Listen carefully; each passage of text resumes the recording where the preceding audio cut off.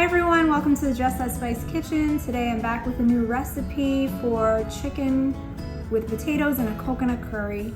And I wanted to show you this recipe on video. The recipe can be found at justthatspice.com with all the ingredients and step-by-step the process on how to make it. But let's go over to the stove and I can show you everything I do to make this recipe. Okay, so I have some mustard seeds that are already popped in here. Added a cinnamon stick.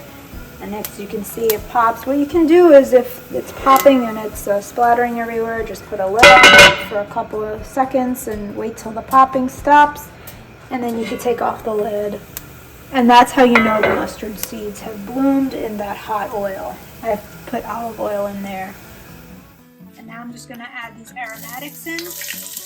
Red onion, ginger, chili, curry leaves, all the ingredients are on justthatspice.com.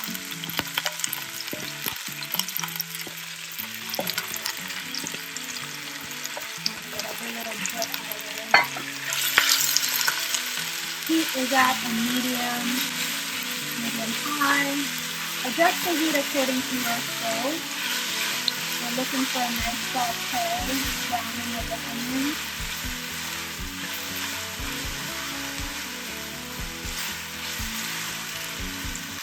The onions have become a little translucent. We're looking for all these aromatics to soften. The green chili has become a little more vibrant in green color. And you have the curry leaves in there that are releasing its flavor into the dish. Now I'm just going to add all these spice powders. The spice blend is on justthatspice.com for the full recipe, measurements and all. And what we're doing when you blend spices, you have to lower the heat to a medium-low and let the spices evenly heat through. If you put the heat level on high, the spices will burn. And that's not what you want. You want a slow release of those spice flavors so that you can build that curry base. And once you build that, everything else will simmer in that curry base, the chicken and the potatoes. And so we're gonna develop those flavors slowly. So we talked a little bit about heat level of your stovetop when you're blooming the spices. I'm gonna add a little bit more boost of flavor with this curry paste. I use a mild curry paste. You can always kick up the spice level with a higher heat curry paste. Again, a lot of my recipes are for those who like milder curries and cannot tolerate a spice level that's higher. But if you want to pick it up a notch, you can always increase the spice level. I'm going to also add some tomatoes and saute that. As the tomatoes break down, the acidity in the tomatoes will pick up those nice brown bits at the bottom of the pan. And you want to do that because all that flavor is what's going to develop in our chicken curry with potatoes. Now I'm adding the potatoes. Potatoes take a little longer to cook, so you want to make sure you add those in first before the chicken. Get them a little par cooked. It won't be cooked through completely. You don't want that. You want it to cook with the curry so the potatoes are evenly cooked and the flavor, the starchy flavor, you want that in the curry as well.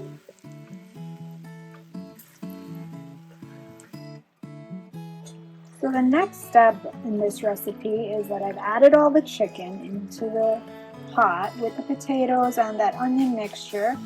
I've stirred it to thoroughly combine it.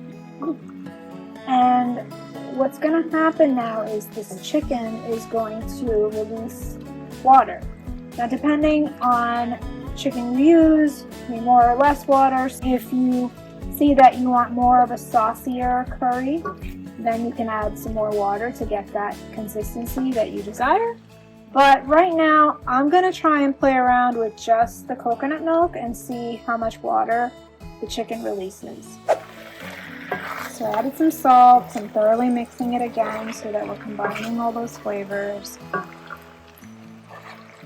And I'm going to cover this a little bit before I add the coconut milk. You could do one of two ways. You can either add the coconut milk and cover it up, see how much water releases, add a little bit of water later, or just see how much water is released in the beginning before you add the coconut milk.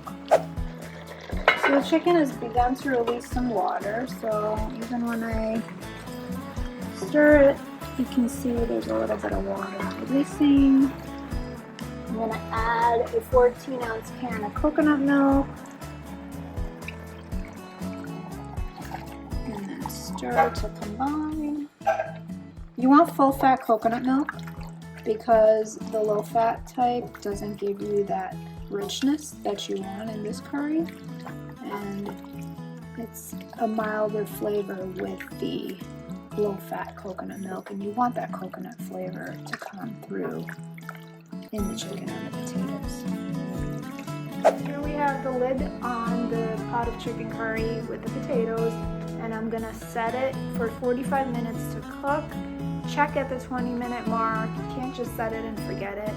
You want to be able to stir in between, make sure the consistency is up to your liking, and then we can serve it up later.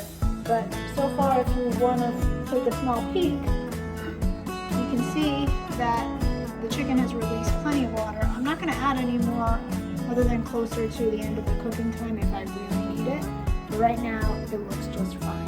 So this is what we have so far. Consistency of the curry. The water level has gone down quite a bit.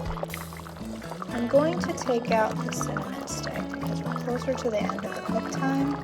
And that cinnamon stick has imparted flavor in the curry, so I'm just going to take it out, and it's done its job here. I'm just going to let this cook down a little more so that that excess water can be evaporated. So now we have the chicken curry all ready. One thing I did not mention is to boost a little bit of the color and the flavor, I did add some tomato paste, which is optional. I will add it to the recipe so that you know exactly where I was able to film that. But it gives it a little more vibrant color and it gives it a more balanced flavor. If you have only 1 or 2 tomatoes, you can add 1 or 2, or do tomato with tomato paste. You can do a combination of things. But so far, this is what it looks like, and I hope you enjoy this recipe. Again, all the ingredients and the amounts, quantities, step-by-step process of how to make the chicken curry is on jessetspice.com. This is different from the flavorful chicken curry because it has potatoes in it and it's a little more thicker consistency of a curry. Also, you can add this to any rice dish or Paal Appam, which is also on jessetspice.com. So your choice as to what to serve this with, but I hope you enjoy it. I hope you'll come back for more recipe inspirations on jessetspice.com. Thank you.